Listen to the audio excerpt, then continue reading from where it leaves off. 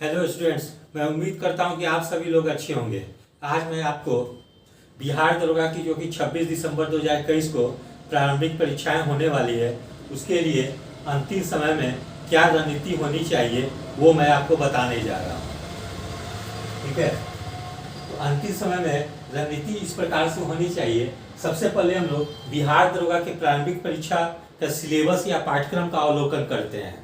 तो विज्ञापन में बिहार दरोगा की प्रारंभिक परीक्षा का सिलेबस जो है या पाठ्यक्रम समान ज्ञान और समसामयिकी का उल्लेख किया गया है। इसका अर्थ है कि करेंट अफेयर्स या समसामयिकी पर विशेष जोर दिया गया है। इसीलिए सभी अभ्यर्थियों को करेंट अफेयर्स या समसामयिकी की तैयारी पर विशेष ध्यान देने की जरूरत है, क्योंकि बिहार दरोगा के पूर्व परीक्षाओं में देखा गया है कि करंट अफेयर्स से काफ़ी प्रश्न पूछे गए हैं और प्रारंभिक परीक्षा में सफलता दिलाने में करंट अफेयर्स या समसामयिकी काफ़ी महत्वपूर्ण भूमिका अदा करती है। अतः सभी अभ्यर्थियों को करंट अफेयर्स की तैयारी पर विशेष जोर देनी चाहिए। किंतु विद्यार्थियों के बीच एक समस्या या एक प्रश्न चिन्ह ये है कि समसामयिकी या करंट अफेयर्स कब तक क्या तैयारी करनी चाहिए, एग्जाम के कितने महीनों पूर्व से। तो मेरे अनुसार चूंकि विज्ञापन जो है बिहार दरोगा का वो वर्ष 2020 में प्रकाशित किया गया था, इसलिए सभी अभ्यर्थियों को वर्ष 2020 और 2021 के करंट अफेयर्स को अच्छी तरीके से तैयार कर लेनी चाहिए, क्योंकि पूर्व में जो प्रवर्तन अवर निरीक्षक या इन्फोर्समेंट सब इंस्पेक्टर का जो बिहार पुलिस अवर सेवा आयोग द्वारा परीक्षा आयोजित की गई थी, उसका विज्ञापन वर्ष 2019 में प्रकाशित की गई थी, जबकि परीक्षा जो था दिसंबर 2020 में आयोजित हुई थी।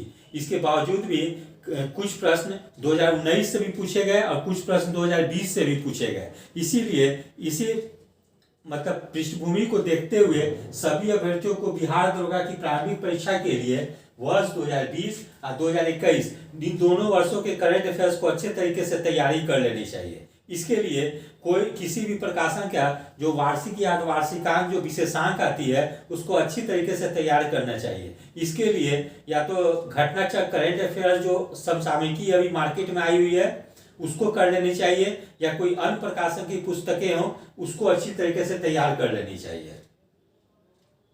इसके अलावा जीके के अंतर्गत में निम्नलिखित विषय आते हैं, उस पर भी कुछ मैंने चैप्टर बता दिया है, टॉपिक बता दिया है, उस पर विशेष रूप से फोकस करने की जरूरत है। जैसे इतिहास में देखते हैं हम लोग तो आधुनिक भारत में 1885 से 1947 तक के घटनाक्रम पर विशेष ध्यान देना चाहिए, क्योंकि आधुनिक भारत इतिहास में इन क्षेत्र से ज्यादा प्रश्न पूछे जाते हैं। वहीं इसके अलावा 1857 का विद्रोह, सामाजिक और धार्मिक आंदोलन और विभिन्न वायसराय और गवर्नर जनरल के कार्यकाल में जो घटनाक्रम हुए हैं उसको भी अच्छे तरीके से तैयार कर लेनी चाहिए।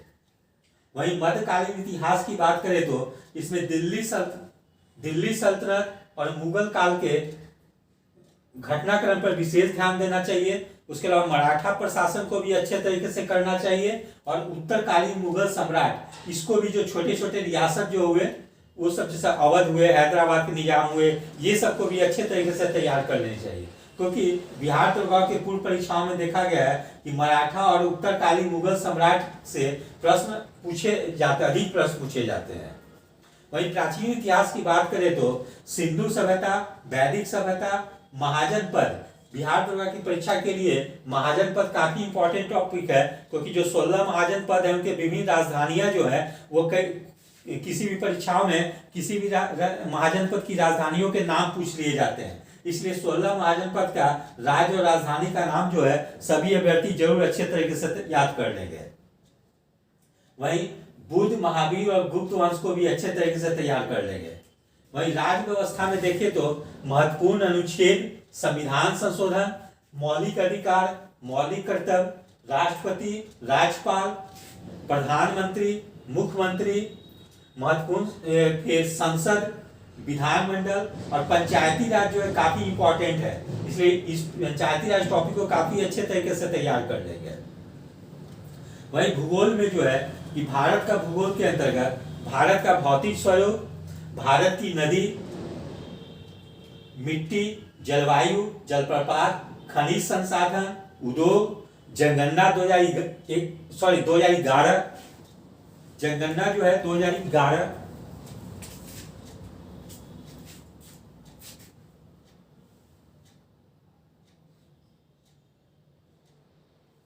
ये जनगणना 2011 को अच्छे तरीके से तैयार करेंगे।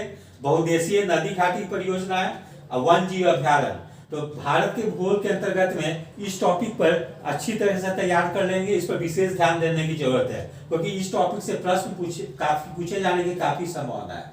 वहीं विश्व भूगोल की बात करें तो सौर मंडल, पृथ्वी की आंतरिक संरचना, महाद्वीप, वनस्पति, महासागर, जल संधि, इन टॉपिकों से प्रश्न पूछे जाने की अधिक संभावना है। वहीं विज्ञान विषय की बात करें तो भौतिकी में मात्रा, गति, कार्य, ऊर्जा और शक्ति, तरंग, प्रकाश, विद्युत धारा, ब्रह्मांड, वैज्ञानिक उपकरण से अधिक प्रश्न पूछे जाते हैं। वहीं रसायन विज्ञान की बात करें तो परमाणु संरचना, ऑक्सीकरण एवं अवकरण, अम्ल, भस्म एवं लवण, कार्बन एवं उनके यौगिक, इन टॉपिक से रसायन विज्ञान के अंतर्गत या केमिस्ट्री के अंतर्गत अधिक प्रश्न पूछे जा सकते हैं। वहीं जीव विज्ञान या बायोलॉजी की बात करें तो जीवधारियों का वर्गीकरण, कोशिका विभाजन, जैव विकास, आनुवांशिकी, वनस्पति विज्ञान, पारिस्थितिकी और मानव विज्ञान से प्रश्न पूछे जाने की काफी संभावना है। वहीं विविध की बात करें तो विविध सेक्शन को काफी अच्छे तरीके से करने की जरूरत है, क्योंकि इससे 6 से 8 प्रश्न जो है निश्चित रूप से पूछे जा सकते हैं। इसलिए विविध के अंतर्गत में भारत और विश्व में प्रथम, बड़ा, छोटा, पुस्तक, सीमा रेखा, पुस्तक और लेखक, विभिन्न देशों का संसद, मुद्रा, राजधानी, खेल शब्दावली, ये सब जो चीज है, कौन सा शहर किस नदी के किनारे बसा हुआ है, काफी ज्यादा है। विविध के अंतर्गत में टॉपिक आती है, ये सारे चीज को अच्छे तरीके से तैयार कर लेंगे। साथ में खेल शब्दावली वर्ग, जिसमें कि कौन खेल किस खेल से, कौन शब्द किस खेल से संबंधित है, कौन से मतलब ट्रॉफी जो है किस खेल से संबंधित है, या कौन सा मैदान जो है वो किस खेल से संबंधित है, ये सब चीज को अच्छे तरीके से तैयार कर लेंगे। वहीं अर्थव्यवस्था की बात करें तो अर्थव्यवस्था के अंतर्गत में राष्ट्रीय आय, पंचवर्षीय योजना, गरीबी, नई आर्थिक नीति, वित्त व्यवस्था और आर्थिक शब्दावली, तो इन सब टॉपिकों को अंतिम समय में सभी अभ्यर्थी अच्छे तरीके से तैयार कर लेंगे। इन टॉपिक से प्रश्न पूछे जाने की काफी संभावना है। मैंने जो जो टॉपिक बताया है, मैं उम्मीद करता हूं कि इससे प्रश्न निश्चित रूप से आएंगे, इसलिए सभी अभ्यर्थियों को इन टॉपिकों को अच्छे तरीके से करने की जरूरत है। ठीक है, यदि आप सभी लोगों को मेरा चैनल अच्छा लगा हो, इसे लाइक, शेयर और सब्सक्राइब करें। धन्यवाद, टेक केयर।